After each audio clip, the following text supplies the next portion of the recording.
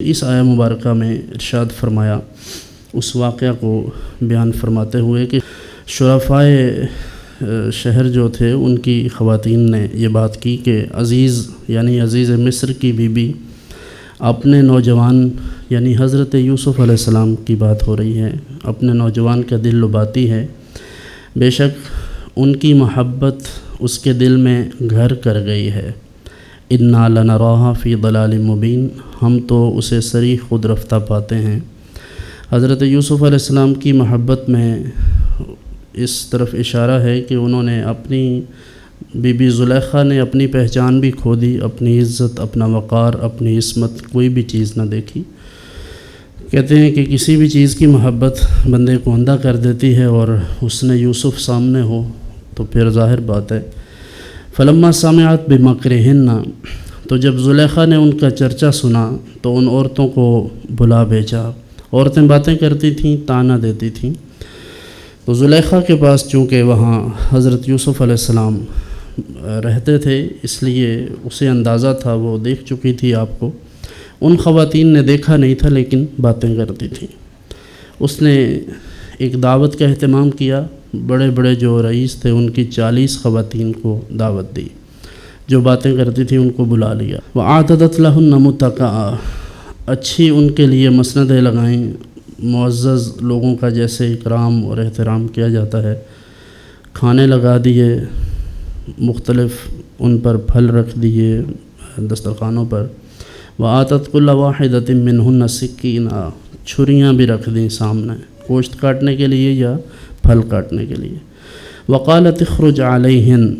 اور حضرت جناب یوسف علیہ السلام سے کہا کہ آپ تیار ہو کر ان کے سامنے آئیے۔ پہلے آپ نے انکار فرمایا، اور پھر جب انہوں نے یہ دیکھا کہ یہ اس معاملے میں شدت اختیار کر گئی ہے اور اگر اس کی بات نہ مانی گئی تو پھر یہ مشکل میں ڈالے گی، اس کے بعد پھر آپ تشریف لے آئے۔ فلما رأینہ اکبرنہ وقطعن ایدیہن، جب انہوں نے دیکھا تو وہ ان کی بڑائی بولنے لگیں، پھر ان کی تعریف کرنے لگیں۔ جو پہلے زلیخا کو طعنے دیتی تھی، اب خود حضرت یوسف علیہ السلام کی بڑائی بولنے لگی۔ ان کو دیکھا تو ان کے بارے میں کہا کہ حاشا للہ ما ھذا بشرا، یہ کوئی بشر نہیں ہو سکتا، ان ھذا الا ملک کریم، یہ تو نہیں مگر کوئی معزز فرشتہ۔ تو حضرت یوسف علیہ السلام کہ حسن کی اعلیٰ حضرت فاضل بریلوی نے کہا ہے کہ